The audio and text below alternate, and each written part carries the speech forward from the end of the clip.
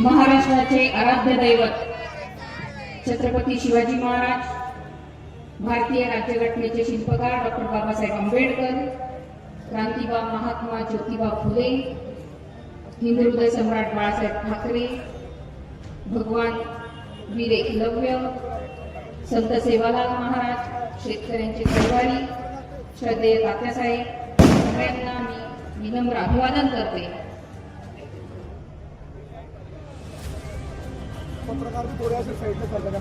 आज मंचावर ज्यांची उपस्थिती आहे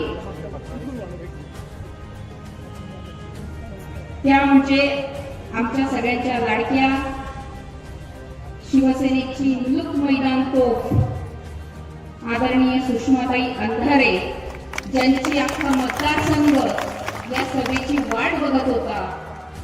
अनेकांची मागणी होती की ताईंची सभा झालीच पाहिजे, मागच्या वेळी जिथे झाली तिथेच झाली पाहिजे, कारण की हे ग्राउंड मागच्या वेळी ताईंच्या सभेला पहिल्यांदा भरलं असा इतिहास होता आणि आज तो इतिहासाची पुनरावृत्ती झाली. तो दुसऱ्यांदा हे ग्राउंड भरलेला आहे.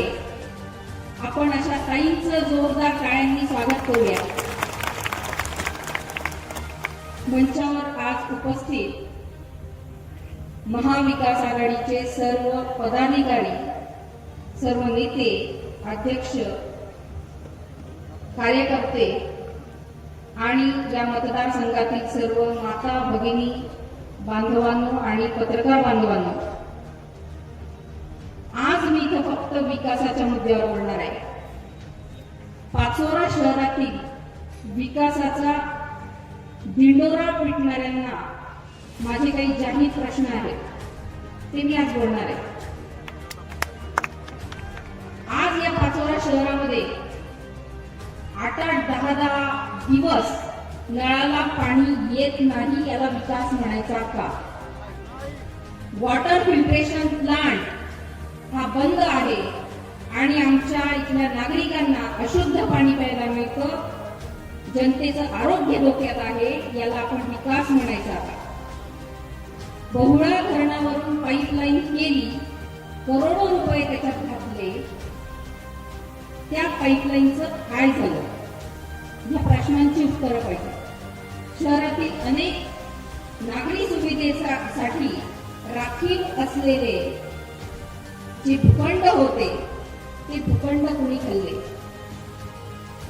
स्मशानभूमीजवळ नदीवरील जो पूल आहे तो फक्त पूल आहे, पण त्याला रस्ता नाही. आपण याला विकास म्हणायचा का?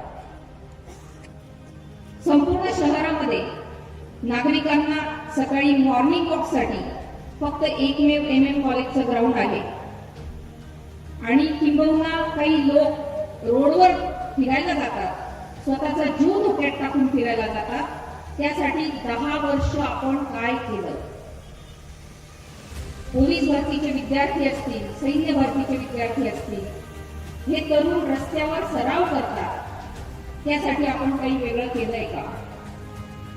10 वर्षात सत्ताधारी पक्षात आपण असताना सुद्धा शहरासाठी क्रीडा संकुल नाही, जलतरण तलाव नाही, नाट्यगृह नाही, चांगला बगीचा गार्डन नाही. मग आपण विकास कोणता केला? उलट मी म्हणेल की या पाचोरा शहरातील भूखंडाचं श्रीखंड आपण खाल्लेला आहे, हा माझा स्पष्ट आरोप आहे. आमच्या बेरोजगार तरुण दिशाहीन झालाय. शेतकरी आणि शेतमजूर वाऱ्यावर आहे. महिला आमच्या मतदारसंघामध्ये असुरक्षित आहेत. व्यापारी आणि जनता प्रचंड भयभीत आहेत. गुंडगिरी आणि दहशत या गोष्टींचा अतिरेक या मतदारसंघात झालेला आहे. शासकीय अधिकारी असतील, कर्मचारी असतील, हे दहशतीखाली वागतायत. कमिशन आणि टक्केवारी, गुंडगिरी आणि लाचारी, वैशालीताई सूर्यवंशी यांनी भावाला पाठिंबा दिला अशी खोटी अफवा पसरवणार आहेत. त्यांची तयारी कशी चाललेली आहे हे आपण सगळ्यांनी लक्षात घ्यावं. माझा त्यांना सवाल आहे, जर आपण 3000 कोटीची कामं केलेली असतील तर डमी वैशाली सूर्यवंशी नावाची उमेदवार उभी करण्याची गरज काय पडली? हा माझा त्यांना सवाल आहे. मला म्हणतात की आपण काही मुद्दे बघते, वाचून बोलते. मी शिकलेली आहे म्हणून मी वाचते आणि मला असं वाटतं की मुद्दे बघणं आणि बोलणं याच्यात वाईट काहीच नाहीये. पण बांधवांनो, मी तुम्हाला एक सांगते, मी चुका करणार नाही. मी मुद्दे समोर ठेवलं म्हणजे मी मुद्देच बोलेन. मला चूक करायचीच नाहीये म्हणून मी बघते. त्यांना काय बोलायचं ते त्यांचा प्रश्न आहे, त्यांनी बोलत राहावं. मला त्याचा काहीच फरक पडत नाही. इतकं भयानक पद्धतीने ते बोलतात. पण ताई, आपली मागच्या वेळी सभा झाली त्यावेळी मी खूप भावनिक होती. माझी सुरुवात होती आणि महिला या थोड्या इमोशनल असतात, भावनिक असतात आणि त्यातल्या त्यात बहीण म्हटल्यानंतर ती भावनिक असतेच. मी मागच्या वेळी भावनिक झाली होती. हुंडांचे सम्राट आहेत, गोरगरिबांना लुटणारे पण आहेत.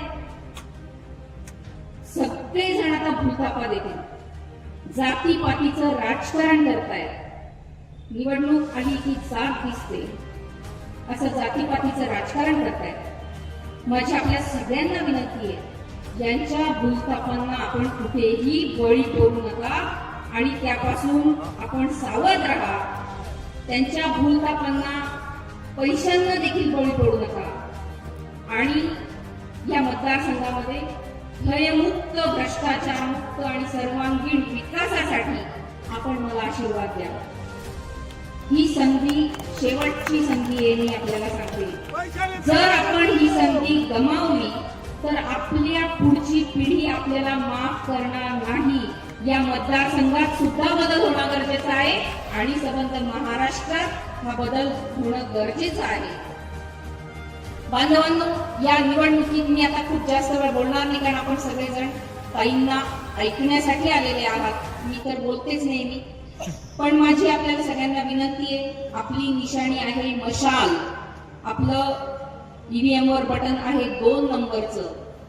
2 नंबरचं बटन दाबून आपण 2 नंबरचे धंदे बंद करण्यासाठी आपण मशाल या निशाणीवर आपलं मतदान करून मला भरभरून मतांचा आशीर्वाद द्यावा ही मी आपल्या सगळ्यांना विनंती करते.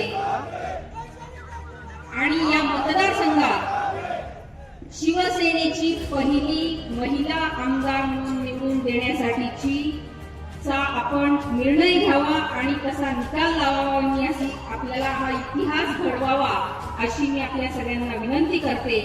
आणि आता आपली मुलूक मैदान तो बोलणार आहे, त्यामुळे मी इथेच थांबते. धन्यवाद. जय हिंद, जय महाराष्ट्र.